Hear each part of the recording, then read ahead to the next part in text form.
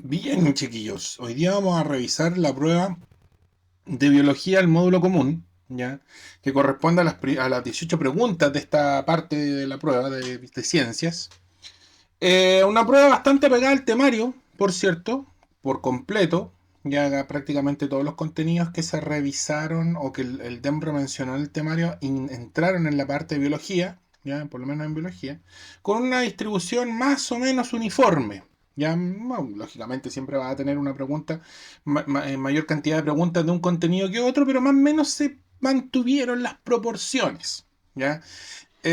Vamos directamente con la cantidad de preguntas. Ahí está más o menos la distribución de estas 18 preguntas. ¿Ya? Hay una pregunta de gametogénesis que podría entrar entre ciclo sexual femenino, gametogénesis, por lo menos en lo que corresponde a contenidos. Insisto, se vio todo. Así que vi ahí algunos comentarios en ciertas redes sociales, en algunos mensajes por aquí y por allá. La prueba es tal cual como se dijo que iba a entrar. Ya, o sea, los contenidos y las habilidades, no solamente los contenidos, porque hay que recordar que la PAES actualmente es una prueba de habilidades también y no es menor. ¿Ya? Contenido solamente en una parte. ¿Ya? Vamos entonces con la primera pregunta, ya de estas 18 primeras. Más adelante probablemente revisemos la parte técnico profesional y la parte de biología electivo, biología mención, que son 26 preguntas adicionales. En técnico profesional son 8 preguntas más. ¿Ya? Bien. Y esta fue la primera pregunta. Siempre el DEMRO nos coloca una pregunta relativamente simple, ya, o relativamente sencilla, para comenzar, para bajar un poco las ansias con las que me voy a encontrar, porque muchas veces la primera pregunta va a ser la pregunta de biología. ¿Ya? Pregunta número uno. ¿Cuál de las siguientes opciones corresponde a una característica común entre las mitocondrias, los cloroplastos y el núcleo de una célula vegetal? ¿Ya?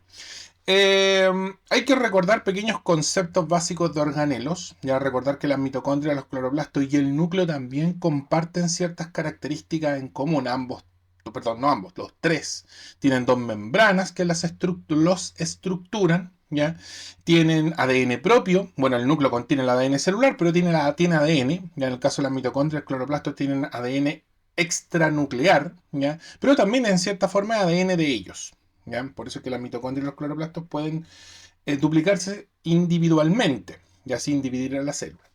La alternativa dice los tres organelos presentan compartimentos membranosos en su interior. Ya en este caso, las mitocondrias y los cloroplastos cumplen con esa característica, pero el núcleo no. ¿Ya?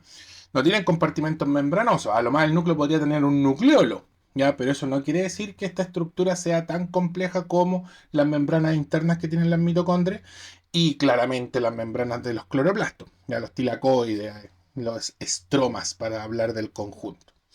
Los tres organelos presentan estructuras con una monocapa de fosfolípido, completamente era la más fácil de descartar, ya porque una monocapa indica que es una capa, ya, y claramente las mitocondrias, los cloroplastos y el núcleo tienen dos capas protectoras. Ya, así que ahí la B completamente descartada.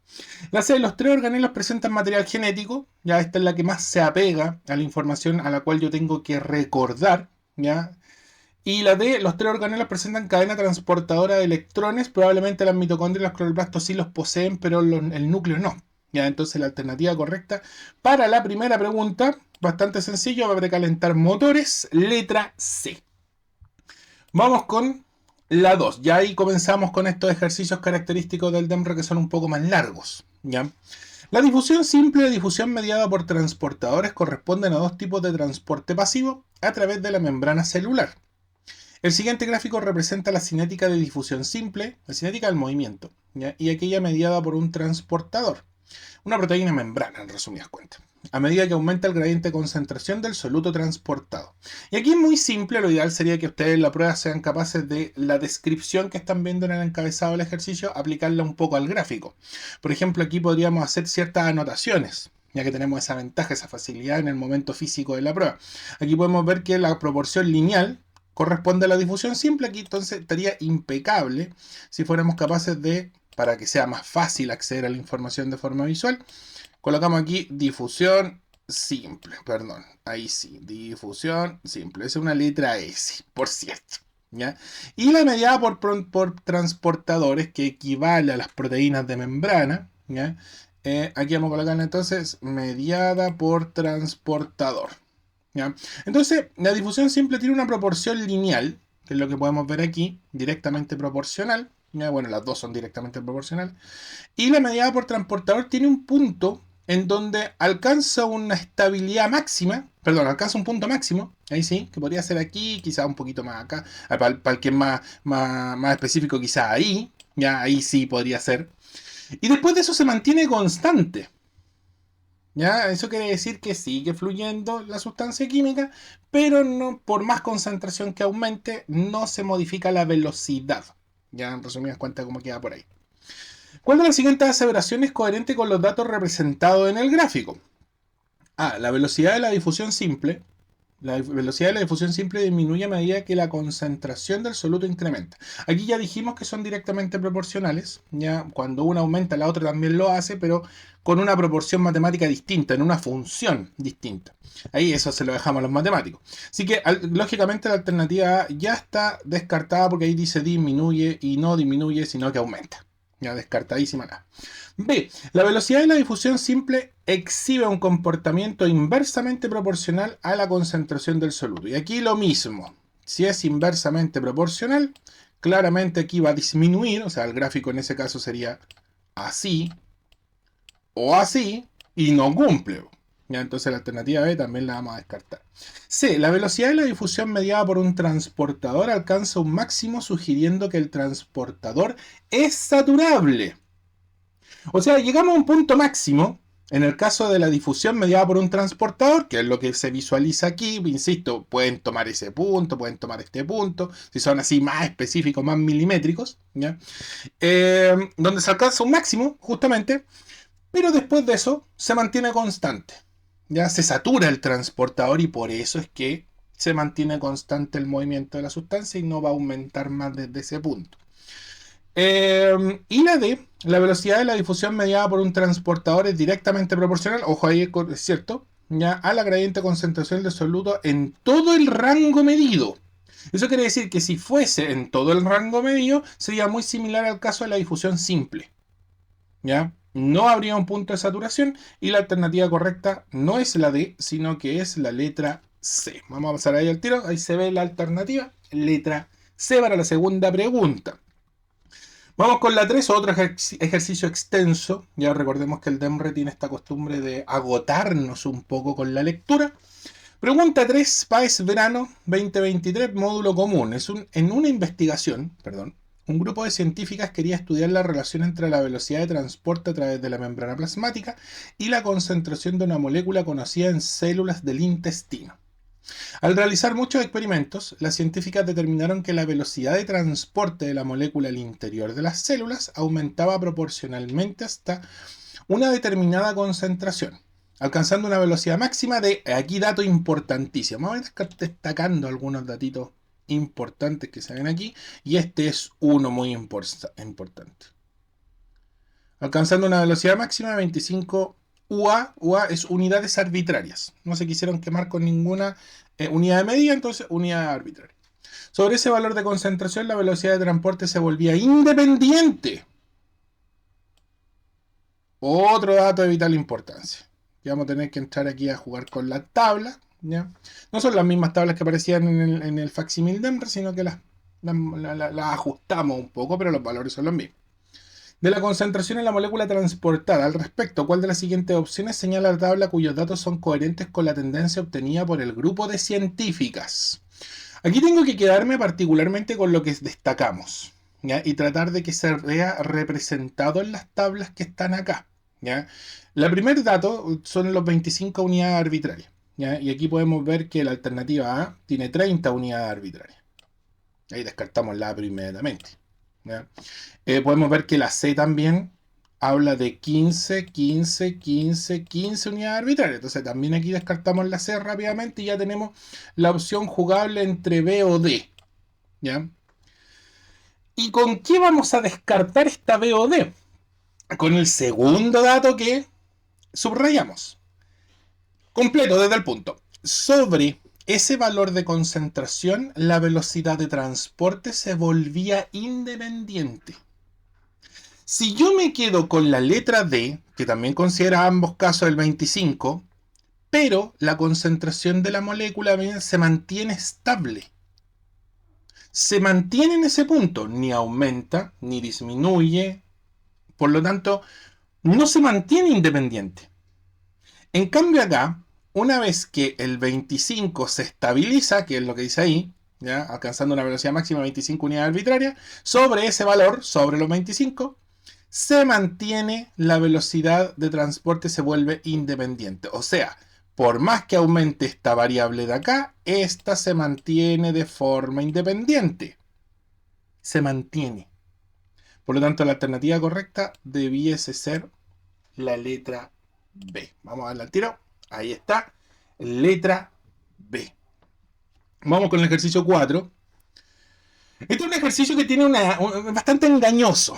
Ya vamos a verlo al tiro. Se investigó el efecto de la concentración del ion sodio extracelular en el transporte de un aminoácido y un azúcar en un cultivo de células de 37 a 37 grados Celsius y un pH fisiológico cercano a la neutralidad, que es el 7.2. Ya fisiológico, normalmente los pH fisiológicos no superan el 9. Los resultados obtenidos se presentan en el siguiente gráfico. Y ahí vemos el gráfico. Vamos a ver la concentración del aminoácido, la concentración del azúcar. Las variables, que eso es otra cosa que tenemos que identificar rápidamente de un gráfico. Tasa relativa de transporte y concentración de sodio.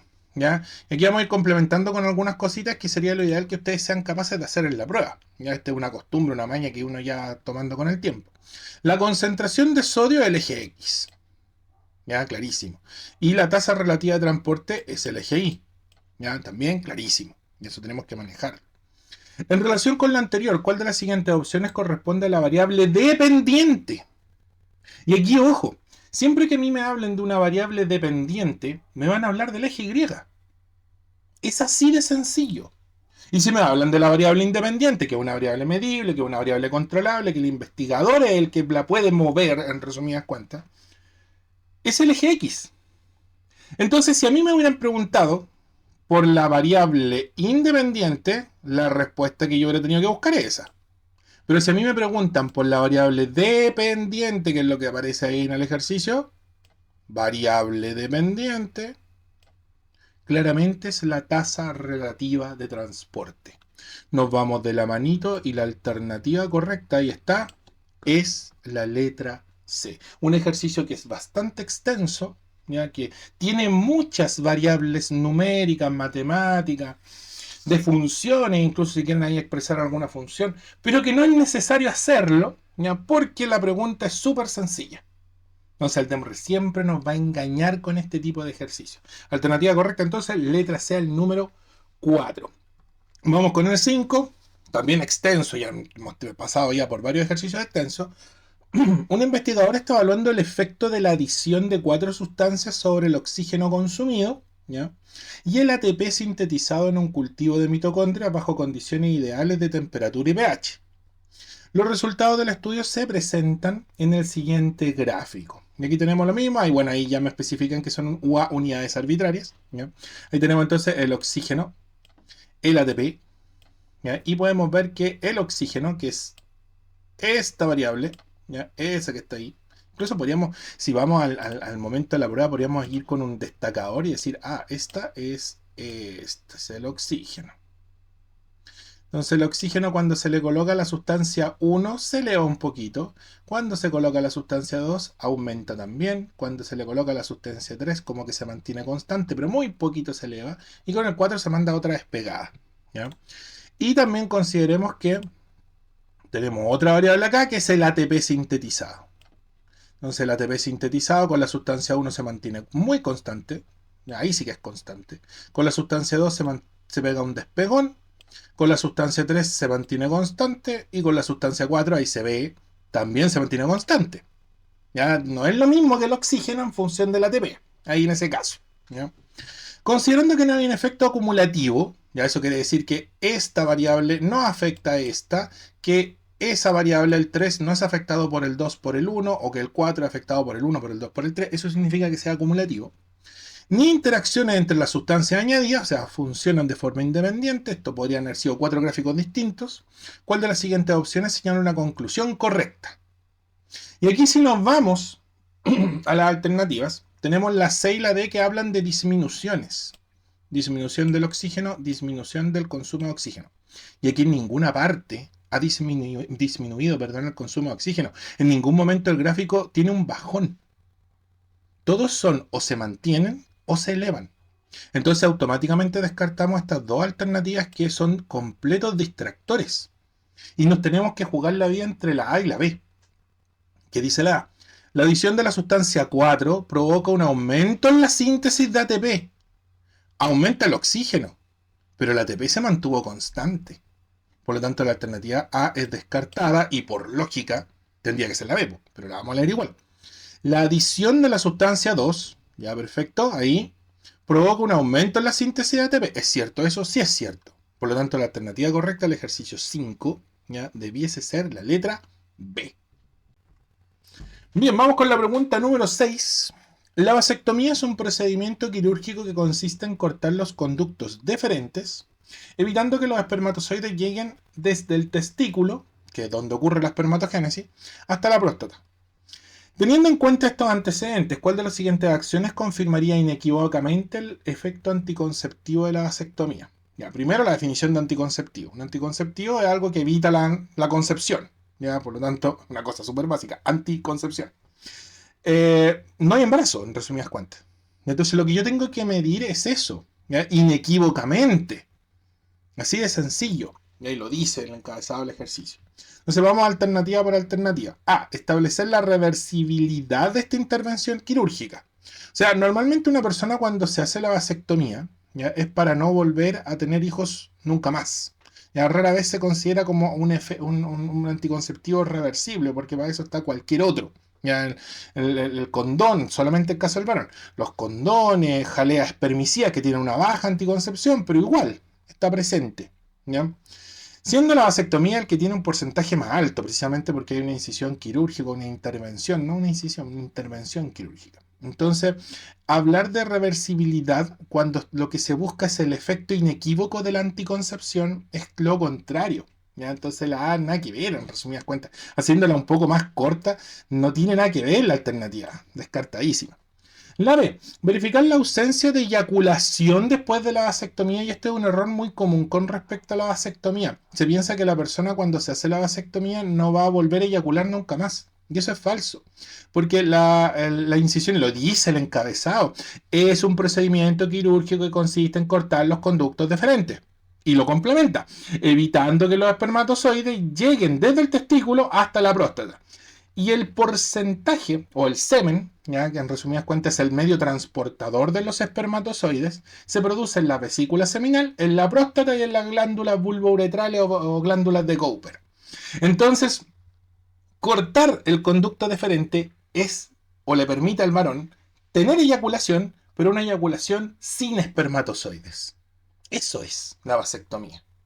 Entonces la B, si yo verifico la ausencia de eyaculación, es que tengo otro tipo de problema, ¿ya? Porque la vasectomía me va a permitir eyacular, pero en ningún momento tener espermatozoides en ese eyaculado. Por lo tanto, la B se descarta. La C, complementar el efecto de la vasectomía con un método anticonceptivo hormonal. Y ahí estaría alterando la muestra. ¿Ya? Si yo complemento la vasectomía con cualquier otro tipo de mecanismo hormonal, claro, va a bajar el conteo, podría ser complementario, pero en ningún momento aquí hablan de, ¿qué dice la pregunta? ¿Cuál de las siguientes acciones confirmaría inequívocamente el efecto anticonceptivo solo de la vasectomía, no de un anticonceptivo hormonal? Por lo tanto, o un complemento, ¿ya? Por lo tanto, la C también se descarta y por lógica, si descarté todas las anteriores, la letra D, ¿ya? D, determinar que post-vasectomía hay ausencia de espermatozoides en el semen. Y esa es la alternativa correcta. Y lo explicamos. Ya lo acabamos de explicar. Por lo tanto, la alternativa, sin duda alguna, es la letra D. Bien, vamos con la pregunta número 7. ¿Ya? El gráfico muestra las consultas por infecciones de transmisión sexual o ITS. ¿ya? En el sistema público de salud entre 1999 y el 2003 separadas por sexo. ¿Ya? ¿Cuál de las siguientes afirmaciones es una conclusión correcta respecto a los datos presentados en el gráfico? Aquí cuando te entregan datos y precisamente te hacen referencia respecto a los datos representados en el gráfico, lo mejor, más que llegar a hacer una interpretación sobre el gráfico y de ahí pasar a la respuesta, ¿ya? Lo mejor es ver alternativa por alternativa si es verdadero o si es falsa. Quedarte con la verdadera y sacar la falsa. Así de sencillo. Ya no es más complejo tampoco. Entonces, vamos con la letra A.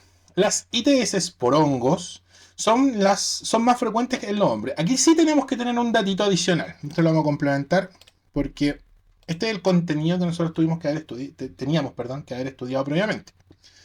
La candidiasis es un hongo. Ya está formada por hongos. La gonorrea es una bacteria. El herpes es un virus. Y la sífilis también es una bacteria. Entonces aquí tienes dos enfermedades que son bacterianas. Una que es viral y una que es de fúngica, ¿ya? U hongos. ¿Ya? Entonces, las ITS por hongos, que sería solo la candidiasis, son más frecuentes en los hombres. Miren aquí los hombres. Es mucho más frecuente en las mujeres que en los hombres. Entonces, descartadísima, falsa, la letra A. Así es sencillo, es mejor ir revisando alternativa por alternativa. B, para ahorrar tiempo. B, en ambos sexos, las ITS bacterianas, gonorrea, sífilis, son las más consultadas.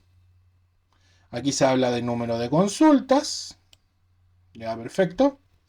Y son las, mira, basta con ver los gráficos, son bastante grandes. ¿Ya? Así que la alternativa debiese ser la letra B. La C, en ambos sexos la menor cantidad de consultas es por ITS virales. Ahora, ¿por qué descarto la C? Quizás este era el distractor más fuerte. ¿Ya? También tiene que tener una justificación. Ustedes dirían fácilmente que el herpes viral, chuta, y tiene poquito. Pero en el caso de los varones, aquí en la candidiasis, es el que tiene menores consultas. Entonces es ambigua la letra C. Y la C es certera.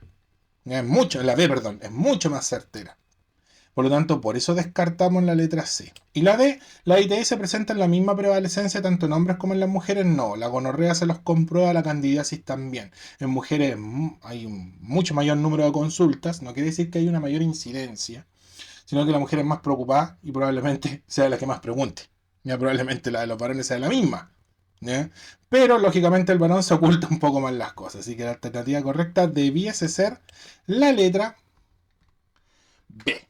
Vámonos con número 8. En la siguiente tabla se presentan los datos de un estudio realizado sobre una muestra de niñas provenientes de un mismo colegio. Y ahí tenemos las variables, cantidad de niñas participantes, nivel que cursan en el colegio, que en este caso es el mismo para ambos casos, la edad promedio es la misma para ambos casos, la edad promedio de la primera menstruación en años. Ahí hay una pequeña variación, ya 11,9, 13,0, muy poquita, pero hay una variación, ¿ya? Con sobrepeso, sin sobrepeso. Quizá esto que está aquí, o al revés, ahí sí, esto que está aquí con esto que está acá tenga una pequeña relación. Porque las otras son variables que son iguales. No tienen variación. ¿Cuál de las siguientes opciones señala correctamente la pregunta de investigación que pudo haber guiado este estudio? Vamos con la A. ¿Cuál es la relación que existe entre la edad promedio de las niñas y la edad de inicio de menstruación? Miren las edades, son las mismas. ¿Ya? La edad es promedio en años con la primera menstruación. Es la única variable que cambia, sería esta última. ¿Ya? Así que la A no me gusta mucho como posibilidad. ¿Cuál es la relación que existe entre el nivel que cursan las niñas en el colegio y la edad que inicia la primera menstruación? Igual que la B. Perdón, igual que la A. La B y la A son muy parecidas, lo único que cambia aquí es el curso en el que van. ¿Ya? La única relación que se podría establecer. Pero claro, la A y la B son muy parecidas, suenan muy parecidas con una variable que se mantiene fija. Eso es. La C, ¿cuál es la relación que existe entre el sobrepeso y la edad en la que ocurre la primera menstruación? Y quizás por ahí vaya el estudio. ¿Ya? Y las otras sean simplemente variables que precisamente se iban a mantener fijas y trabajaban en los mismos cursos. ¿Ya? Debiese ser la letra C, vamos a la D. ¿Cuál es la relación que existe entre la edad que tienen las niñas y el sobrepeso? Y aquí el sobrepeso es una variable, ya esto es variable precisamente, con sobrepeso, sin sobrepeso, pero la edad es fija. Entonces, ¿qué generó ese sobrepeso? Por lo tanto, lógicamente, lo que se apega un poco más al cuadro que está ahí, ¿ya? Y que probablemente ya sea la pregunta de investigación, debiese ser la letra C. ¿Ya? Vamos con la 9. La mitad de la prueba está a altura en la parte de biología común, 9 de 18. Durante el periodo reproductivo en el ovario se forman cíclicamente folículos primarios. Algunos de ellos maduran y se liberan en el momento de la ovulación, pero la mayoría de ellos experimentan un proceso denominado atresia, que consiste en la degeneración y reabsorción folicular. Esta atresia explica la notable disminución de folículos desde el nacimiento, ¿ya?, hasta la menopausia. Según lo anterior, ¿cuál de los siguientes gráficos muestra de manera más adecuada el cambio en el número de folículos primarios a lo largo de la vida de una mujer sana? Aquí, ¿qué es lo que tengo que hacer? Hay muchos ejercicios similares a esto en las pruebas anteriores, también los pueden revisar, ¿ya? Y aquí lo que yo tengo que tratar de buscar es el gráfico de la alternativa, hacerlo calzar en el encabezado que aparece arriba. Eso es. Tengo que ir revisando. A, calza, B, calza, C, calza, D, calza. Aquí hay varios datos importantes, ¿ya? Como para ayudar a que calcen en resumidas cuentas. El primer dato importante, busquémoslo, algunos de ellos maduran y se liberan en el momento de la ovulación, pero la mayoría experimenta un proceso denominado atresia que consiste en la degeneración y reabsorción folicular. Esta atresia explica, aquí está, esta atresia explica la notable disminución, son variables que disminuyen, de folículos desde el nacimiento hasta la menopausia. Ya, pues, número de folículos por año, todos tienen la misma variable, el número de folículos por año, aquí yo tengo que tener una disminución, jamás un aumento, ya, por lo tanto la B no es. Y la A es una disminución, la C es un aumento, descartada, la B es una disminución. A y D son disminuciones, que es lo que aparece ahí. Dice, esta atresia explica la notable disminución. Y lo otro, notable. Quiere decir que es una disminución abrupta, muy rápida. Y es lo que ocurre en el caso de las mujeres desde que van naciendo, pero particularmente ya con los procesos de ovulación, ya cuando inicia la primera menarquía, ¿ya? La ovulación o las sucesivas ovulaciones las van a dejar tarde o temprano sin posibles células foliculares, sin posibles ovocitos. Y se va a terminar en la menopausia, que es lo que dice el encabezado del ejercicio. O sea, todos llegan a cero. ¿Qué dice la D? Miren, se mantiene constante y disminuye abruptamente. ¿En alguna parte dice que se mantuvo constante y disminuyó abruptamente? En ninguna parte dice, al contrario, lo único que dice es que van disminuyendo notablemente. Eso quiere decir que desde que nacen, probablemente ahí, va a disminuir abruptamente, como se ve aquí, hasta llegar a la menopausia. Un gráfico bastante resumido de del ciclo sexual femenino, por cierto, a lo largo del tiempo, y debiese ser la letra A.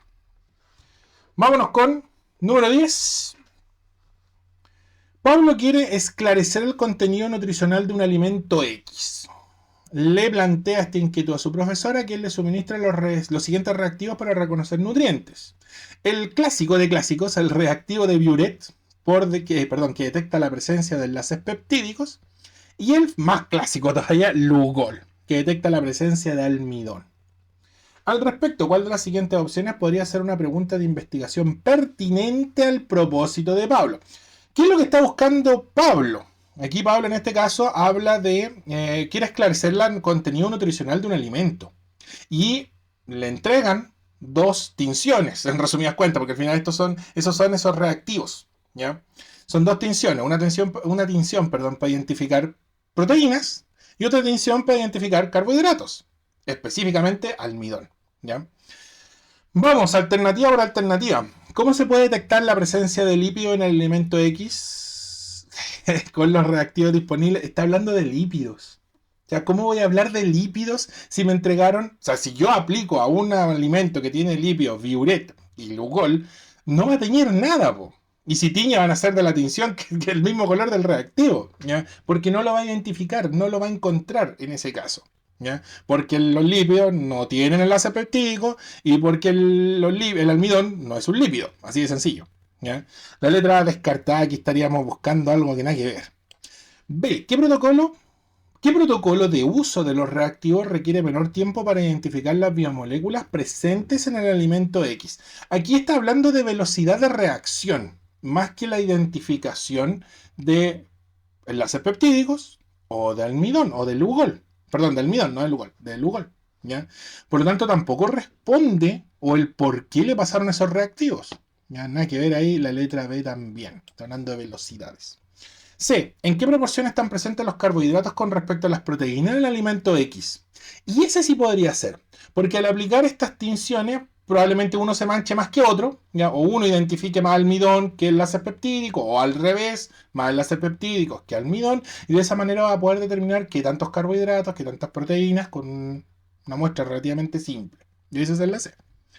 D. ¿Cuál es la contribución calórica del alimento X al ser digerido por un organismo? En este caso no tenemos un conteo calórico de kilocalorías, solamente estamos identificando o enlaces peptídicos o la presencia de almidón.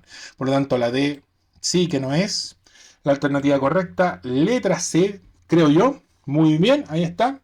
Insisto, estas son las alternativas que nosotros consideramos como válidas, ya para la parte de biología común. Ya después lo vamos a hacer con lo del técnico profesional y con lo del biología electivo, mención. ¿Ya? Y lógicamente lo vamos a comparar después con los clavijeros que normalmente se liberan después de los resultados de la prueba. Así que tenemos para rato con los clavijeros todavía. Bien, vamos con la pregunta número 11. ¿Cuál de los siguientes eventos ocurre en la profase meiótica pero no en la profase mitótica? Este es un clásico. Es un ejercicio, estos son, cada cierto tiempo ahora se están viendo ejercicios retro. Ya, estos son los ejercicios clásicos. Contenido, reconocimiento directo. Aquí lo que tienen que hacer es recordar específicamente qué ocurre en profase meiótica, qué ocurre en profase mitótica. Y la alternativa sale solita. ¿Ya? Si lo hacen. ¿Ya? Desaparición del nucleolo ocurre en ambos. Formación del uso acromático. Miren, se menciona como uso acromático. ¿Ya? En ambos, el uso mitótico en resumidas cuentas. Desorganización de la carioteca, también ocurre en ambos. Condensación de los cromosomas, ocurre en ambos. Pero el apareamiento de los cromosomas homólogos, y ojo, los cromosomas homólogos solo se forman cuando hay una meiosis. Porque no es necesario juntarlos para poder hacer una mitosis. Por lo tanto, esa debiese ser la alternativa correcta. Alternativa correcta para la 11E. Vamos con la 12. Extenso pero no complejo, creo yo. Un estudiante se encuentra investigando cómo varía la cantidad de ADN y la dotación cromosómica durante distintas etapas del proceso de división celular, que permite la formación de células reproductivas en los vertebrados. Ya, centrando su análisis en la siguiente tabla. Y aquí estamos hablando de profase, metafase, anafase, telofase. Todo esto corresponde a la meiosis 1. ¿Ya? Vamos a cambiar de colorcito para que quede más bonito. Ahí sí, un color que no sea tan intenso. Y todo esto corresponde a la profase 2. ¿Ya? Sabemos que en profases, meiosis 1, meiosis 2. Ay, sí, ¿qué profase? ¿Por qué profase? Nosotros sabemos que cuando inicia una célula y la división celular, este es un datito que tenemos que manejar, por cierto, ya sea mitosis o meiosis, da lo mismo, meiosis 1 en este caso. Mitosis o meiosis 1. Nosotros tenemos que comenzar con una dotación cromosómica 2N, ¿ya? Y tiene que tener 4 cromatia o 4C o 4 de ADN, ¿ya? Como lo quieran llamar, 2N, 4C. Esto es obligatorio, es mandatorio para poder iniciar o establecer una división celular, ¿ya? Si yo no tengo esta información cromosómica, por ende, no he pasado por el proceso S de la interfase para poder duplicarlo, jamás voy a poder hacer una división. ¿Ya? Así de sencillo. Y el problema que tienen las neuronas, por cierto.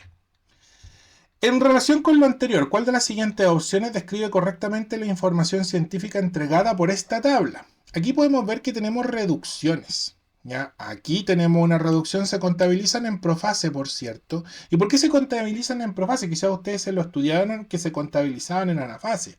Anafase 1, anafase 2. ¿Ya? Las reducciones de información genética en la meiosis. Porque se está contabilizando aquí en telofase. Porque los núcleos se estructuran en telofase. y en la anafase todavía están separadas la información, ¿ya? Van a ser futuros núcleos, pero no están estructurados. Solo por eso, ¿ya? Pero en realidad, técnicamente, aquí lo que tengo que tener claro es que en meiosis 1 vamos a reducir a dos futuras células, N2C, ¿ya? Ahí cuando ya ocurra la telofase, N2C. Y después de eso, cuando ocurra la meiosis 2, vamos a tener NC en una y NC en otra, ¿ya? Y eso, y ahí tendríamos las cuatro células producto de la meiosis, que en cierta forma se condicen con la información que sale en la tabla. En relación con la anterior, ¿cuál de las siguientes opciones describe correctamente la información científica entregada por esta tabla? ¿Ya? Lo mismo. ¿Ya? El dato anterior, si esto ustedes se lo saben, tomen las alternativas, ¿ya? Y vayan viendo si es verdadero o falsa. Así de sencillo. Ah, cambios en el material genético en dos divisiones mitóticas. Y ahí ya partió mal. Y ahí partió mal al tiro la letra A. Po. O sea, la A la vamos a echar para afuera porque aquí habla de dos divisiones mitóticas sucesivas. Po. Y ya me hablaron aquí, creo que lo dice incluso, ¿no? No, no lo dice. Esto es, si tiene profase con apellido, profase 1, profase 2, claramente aquí estamos hablando de meiosis, no mitosis, descartada. Descartadísimo. B. Cambio en la cantidad total de cromosomas durante la división celular meiótica. Dos variables que están dentro del gráfico. O de la tabla, no del gráfico, de la tabla. Podría ser la B. Podría ser la B. Vámonos con la C. Vamos a dejarla ahí marcadita. Variaciones en la cantidad de material genético en distintas etapas de la división celular meiótica. ¡Ay, ay, ay! ¡Qué fuerte! También podría ser, pero vamos a tener que hacer una segunda lectura. D. Sucesión de etapas características del ciclo celular proliferativo en dos divisiones celulares sucesivas. Y aquí, ojo. Ojo, ojo, ojo. Porque aquí le hablan de un ciclo celular proliferativo. Y normalmente los ciclos celulares proliferativos son mitóticos. Claro, porque aumentan el número de células. ¿Ya? No las reducen. Y al final las meiosis 1, meiosis 2, tienen fin. Terminan en la meiosis 2 y no puede la célula, porque tiene esta mínima información. De hecho, a esta célula lo único que le faltaría, vamos a ser machistas en este caso, le falta colita nomás. ¿Ya? En el caso del ovocito, uno solo es seleccionado. Todos los otros se eliminan. ¿Ya? La que se apega un poco más en ese caso ahí es la espermatogénesis.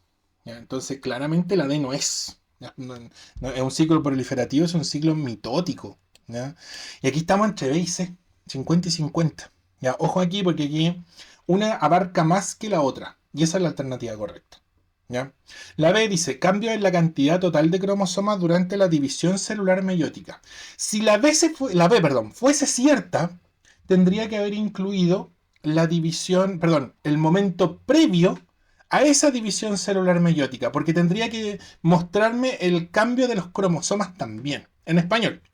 Tendría que haberme mostrado el gráfico, la interfase, que es lo que ocurre en interfase G1, S, G2. Entonces ahí tendríamos que tener ojo. ¿Ya? La C, variaciones en la cantidad. ¿Hay variaciones aquí en esta tabla? Sí, hay variaciones. En telofase particularmente. ¿Ya? Variaciones en la cantidad del material genético, ya que se expresa en cantidad de ADN y en dotación cromosómica, por cierto. En distintas etapas de la división celular meiótica. Habla específicamente de las distintas etapas de la división meiótica y que son precisamente las 8 etapas que tienen ahí. De la meiosis 1 primero y de la meiosis 2 después. Es mucho más específica para la tabla, para el cuadro que se ve ahí. Y por ende, entre B y C, la alternativa correcta debería ser la letra C.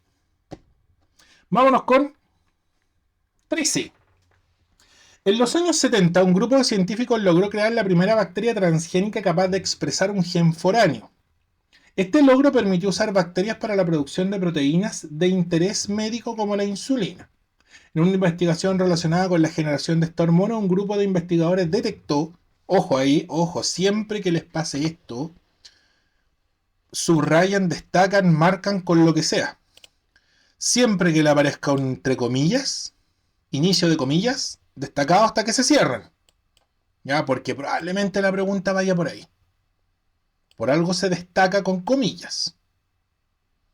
Nosotros vamos a tener la ventaja de que en el momento de la prueba fuimos con destacadores. Entonces, destacado ahí, subrayado, destacado. Bien, en un grupo de investigadores detectó que las bacterias sintetizan el precursor de la insulina, pero no la procesan. O sea, el investigador se dio cuenta de eso. Detectó que las bacterias sintetizan el precursor de la insulina, pero no la procesan, por lo que el producto obtenido era biológicamente inactivo. Al respecto, ¿a cuál de las siguientes componentes de la investigación científica corresponde la frase entre comillas? Y la A dice que es una hipótesis y hipótesis no es. ¿Por qué? Muy simple. Porque ya se hizo una investigación. Y aquí dice que en una investigación relacionada con la generación de esta hormona, o sea, la hipótesis ya se formuló y la investigación ya se desarrolló. No puedo volver para atrás, pues no puede ser hipótesis. ¿Ya? Esto es algo que ocurrió producto de la investigación. Podría ser una inferencia. Normalmente las inferencias o hay que afirmarlas, hay que sustentarlas con bibliografía, con otra investigación, con la formulación de un nuevo experimento. ¿Ya? Pero en este caso es algo sólido, firme, es un hecho. Se detecta. Se detectó que las bacterias sintetizan el precursor de la insulina, pero no lo procesan. Es un hecho. ¿Ya? Por lo tanto, tampoco podría ser una inferencia y probablemente sea un resultado, porque es un hecho. Es algo que ocurrió, siempre es así. El objetivo de la investigación es el por qué lo estoy haciendo. Y claramente la investigación aquí ya se realizó. Tanto hipótesis como objetivos ocurrieron previo a la investigación. ¿Ya? Y aquí, insisto, lo dice el encabezado del ejercicio, en una investigación relacionada con la generación de esta hormona, un grupo de investigadores detectó. Ya ocurrió la investigación. Y ahí se detectó que las bacterias sintetizan el precursor de la insulina. Por lo tanto, podía estar en la duda entre B y C. ¿Ya? La alternativa correcta es sí o sí la letra C. Pregunta 14. Previo a la meiosis y durante esta, la cantidad de ADN, simbolizado con C, por célula varía entre cada etapa del ciclo celular. El siguiente gráfico representa en términos generales la variación en la cantidad de ADN en algunos periodos de la interfase, etapa G1, G2, de hecho ahí lo indica, ¿ya? Y al término de la meiosis. Y meiosis 2. Término de la meiosis 1 y la meiosis 2. Ya, perfecto.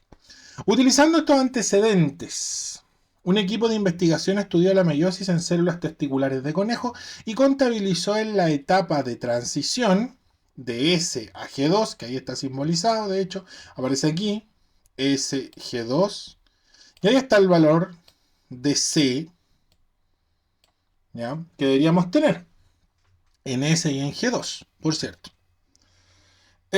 Un total de 60 picogramos de ADN nuclear.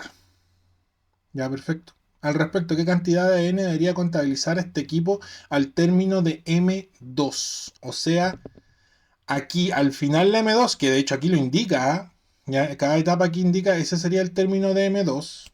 Y debería estar ahí. Entre 0 y 2 debería ser el equivalente a una C. ¿Ya?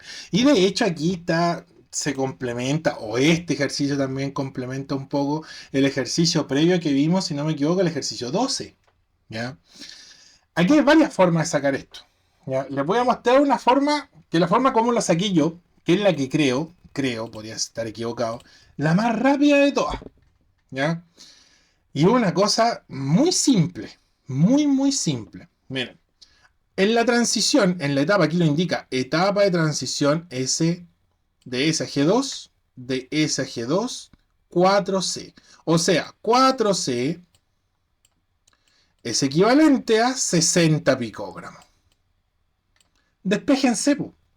Si aquí ustedes van a tener al final de la M2, al final de la meiosis 2, C, po. Despéjense. Y esa es la alternativa correcta. Alternativa correcta, letra C. Insisto, es una simple ecuación. ¿Ya? Si quieren lo hacen, pues lo pueden revisar. Miren, esto sería en SG2. SG2. Es como la forma larga. ¿Ya? Al final de M1, de la meiosis 1, ustedes van a tener aquí, y lo indica, miren ahí, 2. 12. El equivalente a 12 en picogramos de ADN, la mitad, pues, 30. Al final de M2, aquí lo indica, que es un valor que debería estar entre 0 y 2, Por ende, tiene que ser una C o solo C. Por eso despejaban la C. Y la mitad va a ser 15. Y por esa es la alternativa correcta a la letra C. Ahí un poquito más explayado. ¿Ya? Pero insisto, era una simple ecuación con la que tenían que despejarse. ¿Ya? Alternativa correcta, letra C. Otra vez. Vamos al 15. Utilizando técnicas biotecnológicas, es posible modificar genéticamente las plantas de cultivo. ¿Ya? Por ejemplo, se les pueden insertar nuevos genes de modo de incorporar rasgos productivos beneficiosos para la cosecha, tales como mayor valor nutricional, mayores rendimientos, mayor resistencia a enfermedades, entre otros. O sea, características que no tienen o que las tienen empobrecidas y se les puede mejorar. ¿Ya?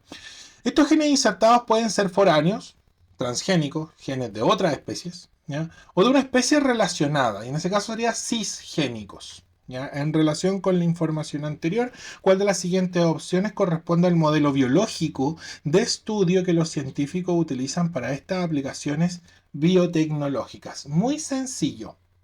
¿Sobre qué se va a trabajar? ¿Sobre qué estamos trabajando? ¿Qué es lo que dice el texto arriba? Habla de plantas de cultivo. Ese es el modelo biológico. El modelo biológico es sobre lo que yo voy a trabajar, lo que voy a enriquecer, sobre lo cual voy a desarrollar la investigación, etc. No es el valor nutricional, porque el valor nutricional es una variable de varias, tales como mayor valor nutricional, lo indica aquí, miren, tales como mayor valor nutricional, mayor rendimiento, mayor resistencia a enfermedades, es uno de varios. Nada, no es. El modelo biológico es aquello sobre lo cual vamos a desarrollar la investigación, sobre lo cual vamos a trabajar. Y en este caso, insisto, la alternativa correcta es bastante más sencilla. Lo dice aquí el encabezado es posible genéticamente las plantas de cultivo. Ahí está. Y sobre eso vamos a desarrollar una serie de características. Por lo tanto, la alternativa es la letra B. Bastante sencillo, creo yo. Pregunta 15. Vámonos con la 16. En un modelo de cadena trófica, los organismos que poseen la mayor cantidad de energía disponible para transferir a otros organismos, y más encima la transfieren, son los productores, los consumidores primarios, secundarios, terciarios y los carroñeros. ¿Ya? Que son en cierta forma consumidores, pero oportunistas los carroñeros. ¿Ya? Los carroñeros no es que coman pura materia en descomposición, como que alguien le hace la pega de cazar por ello.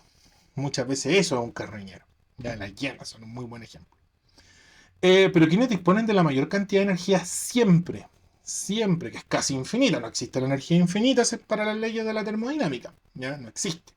Pero la casi infinita, para una miserable planta, claramente es casi infinita disponer de toda la luz solar.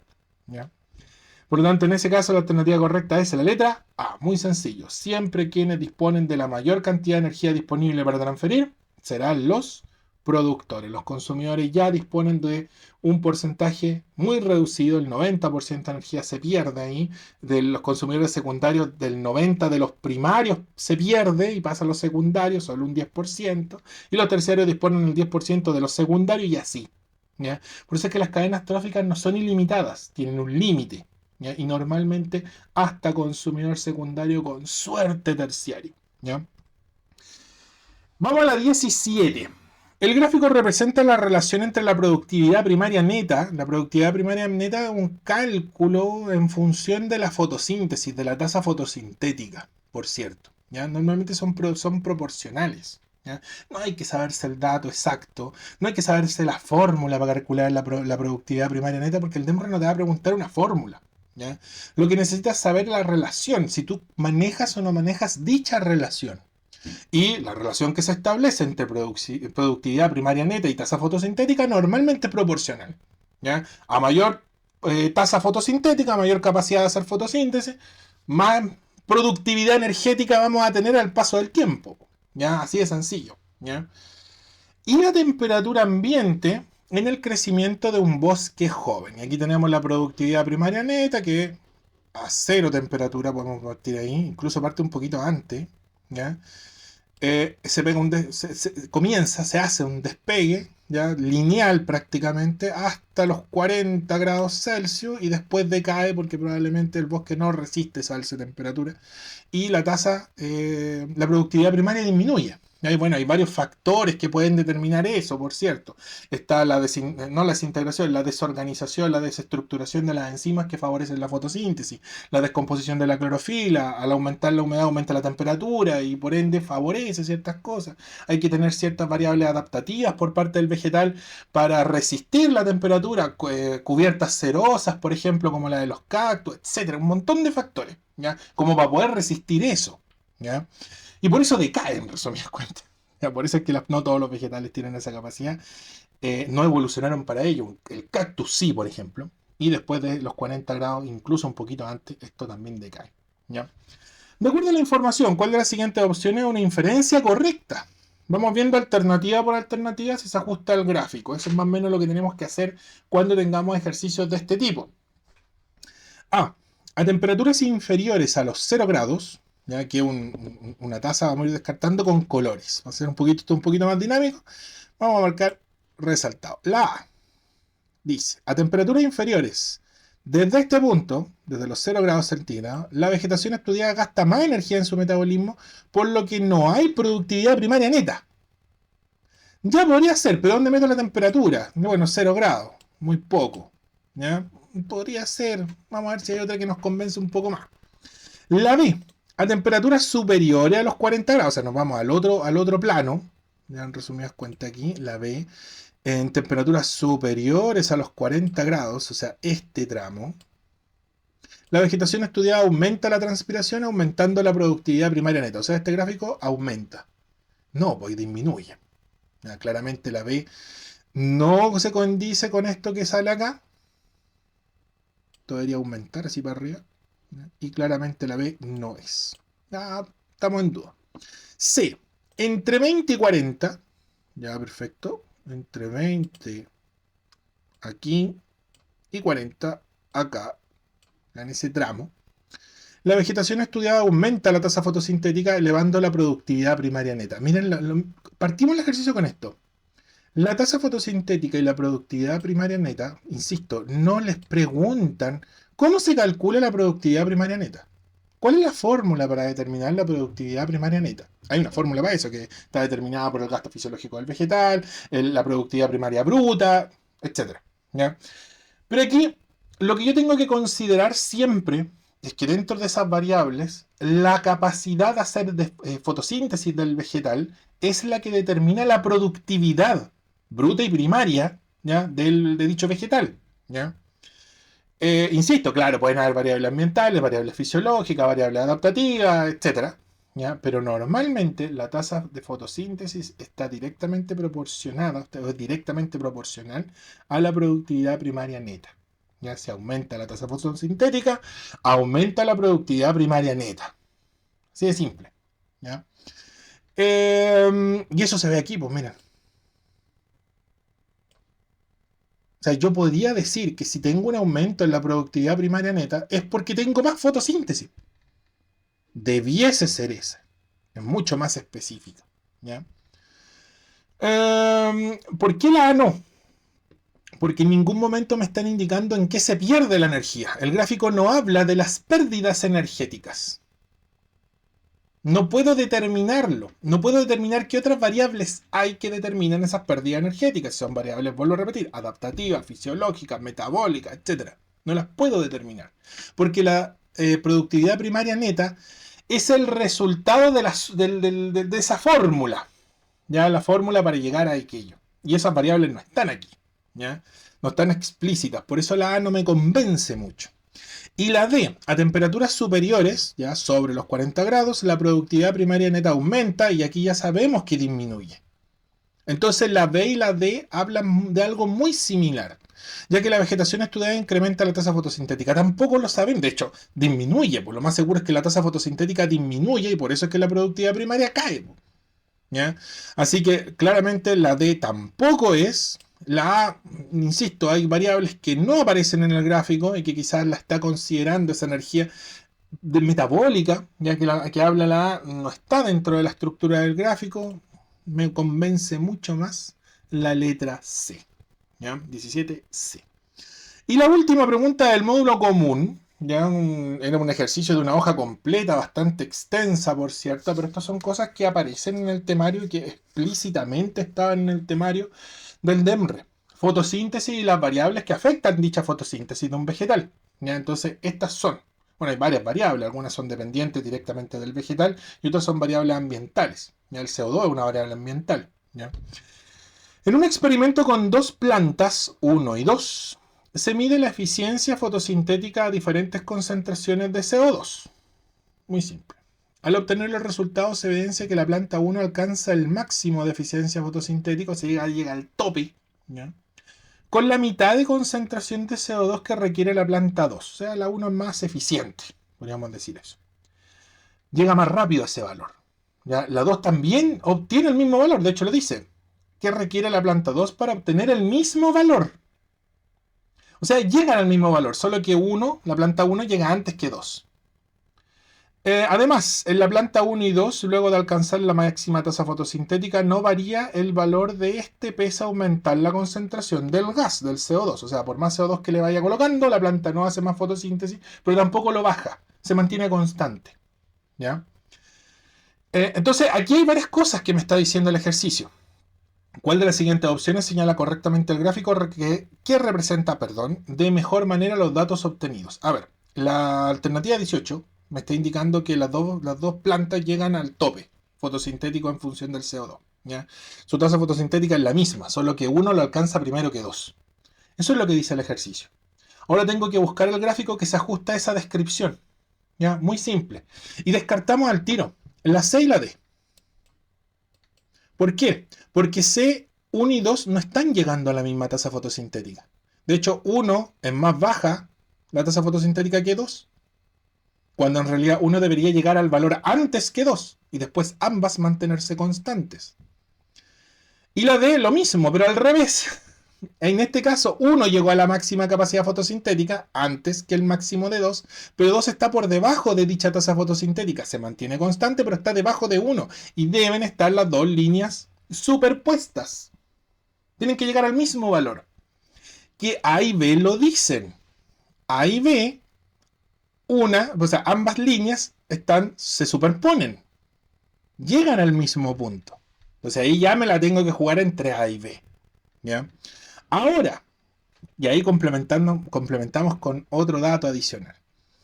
1, y aquí podemos ver que 1 alcanza el punto máximo a la concentración 25 de unidad arbitraria de CO2. A la concentración 25 de CO2.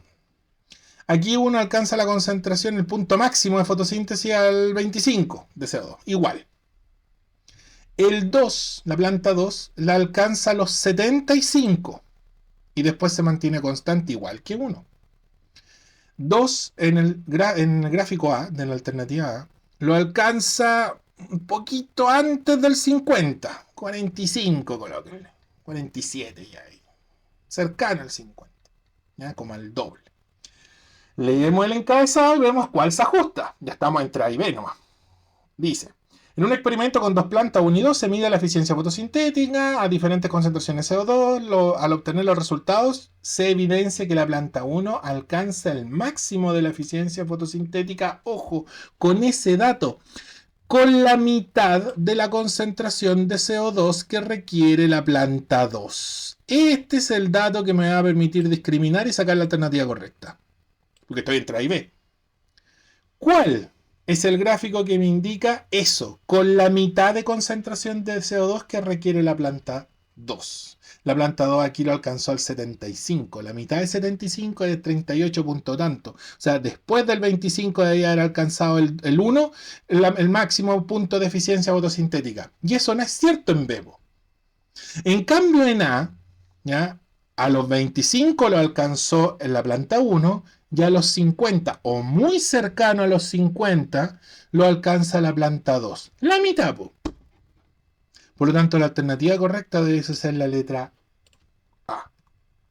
Y con esto damos por finalizado la revisión del módulo común, ¿ya? de biología año 2023, tercera PAES, por cierto. Un saludo, chiquillos. Cualquier consulta, duda, inquietud en los comentarios, por favor, compartan el video con sus amigos, ya nos apoyan bastante si les gustó o les fue útil, o ambos, ¿ya? Y adicionalmente, síganos, porque siempre vamos a estar subiendo, suscríbanse al canal, vamos a estar subiendo continuamente videitos, ¿ya? Un saludo y nos vemos. Chao, chao.